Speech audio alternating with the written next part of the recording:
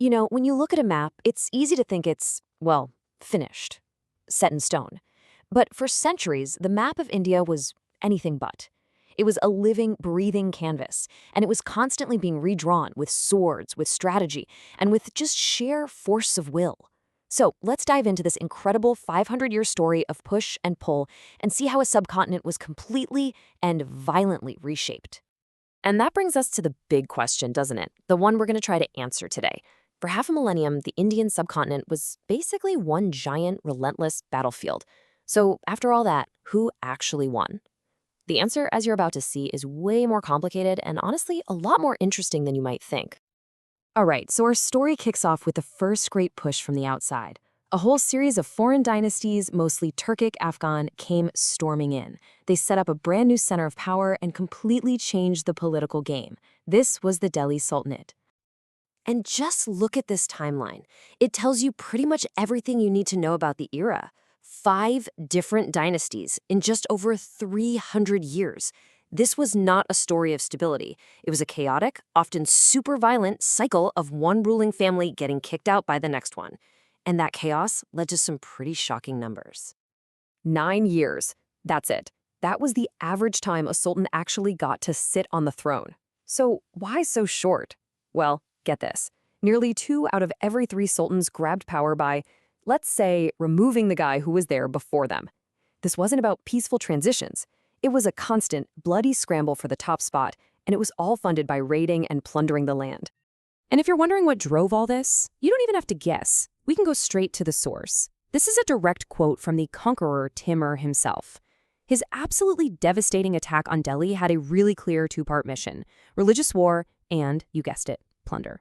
It's a brutal reality, but it defined so much of this period.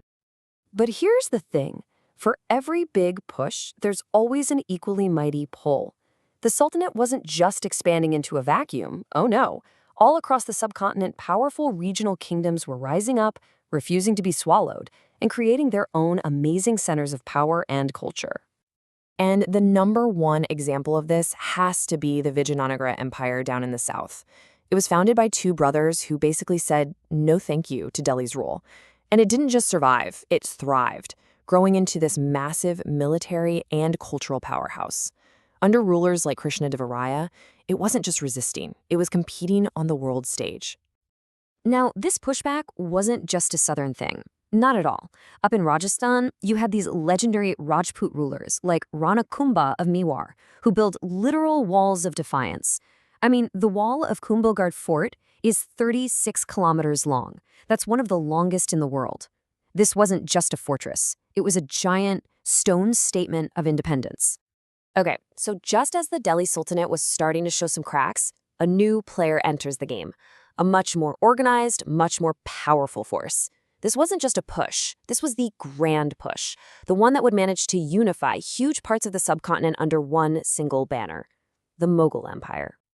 So what was the Mughal secret sauce? In a word, technology. At the First Battle of Panipat, a guy named Babur, who was actually a descendant of Timur, brought the big guns. Literally, we're talking gunpowder, firearms, and field artillery on a massive scale. This tech advantage just shattered the old way of fighting, kicked out the last sultan, and laid the foundation for a whole new empire. And at the heart of this empire was its most fascinating and, well, complex leader, Akbar. You have to look at this contrast. In his early days, he was a ruthless conqueror, even bragging about his bloodthirsty sword. But later in life, he completely changed his tune, promoting a policy of peace with all and saying he was ashamed of his earlier intolerance. It was that wild mix of brutal force and smart diplomacy that let him build an empire that would last for centuries. So how did they manage this huge territory? Well, they basically upgraded the operating system of the empire. The old Sultanate's Ikta system gave chunks of land to nobles, which you can imagine could lead to them getting a little too powerful and independent. The Mughals brought in the Mansabdari system, a totally centralized, rank-based bureaucracy. Every officer was directly accountable to the emperor. It was way more efficient, way more controlled, and it was the engine that made the whole empire run. But as we all know, no empire lasts forever. That same powerful pull of regional resistance that gave the Sultanate so much trouble eventually started to eat away at the foundations of the mighty Mughal Empire too. and this led to a final, sprawling conflict.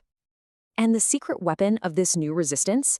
It was a totally different style of fighting: guerrilla warfare. This was the great equalizer. It let smaller, quicker forces use their expert knowledge of the local hills, forests, and rivers to outsmart and wear down the huge, slow-moving Mughal armies. And man, there were masters of this all over the map. The Ahams in the northeast used the rivers of the Brahmaputra Valley to pull off stunning victories. Maharana Pratap and the Rajputs fought a relentless campaign from the Aravalli Hills. And up in the Punjab, the Sikhs transformed into the Khalsa, a formidable military brotherhood born to defend their faith. You know, if you really want to feel the weight of this endless conflict, nothing captures it better than the last words of the last great Mughal emperor, Aurangzeb. He spent the final 25 years of his life just trying to put down constant rebellions, and his final letter is just filled with exhaustion, regret, and a sense of hopelessness. It's the sound of an empire that's been bled dry by war. Okay, so with all this chaos at the top, sultans being overthrown, emperors fighting endless wars, you'd think society would just completely collapse, right? Not even close. Let's look underneath the battlefield, because what you find there is this incredible story of resilience. Think about it. How do you run a business when the roads are full of soldiers and bandits? You get creative. You invent something like the Hundi system. This was basically an early form of banking. A merchant could trade a bag of gold for a simple piece of paper, travel light, and then cash that paper in at their destination. It was absolutely ingenious, and it kept the wheels of commerce turning right through the chaos. And what this all proves is that while the guys at the top were busy drawing and redrawing the map with swords, the real foundations of society were rock solid. Agriculture, world-class crafts, massive trade networks, community guilds. These things provided a kind of continuity that the politics just couldn't shake. Life and the economy just kept going. Which brings us all the way back to our big question: who won? The answer isn't a single person or a dynasty. The real story of these 500 years isn't just one of brutal, non-stop conflict. It's also this incredible story of human resilience. The great reshaping of India was both.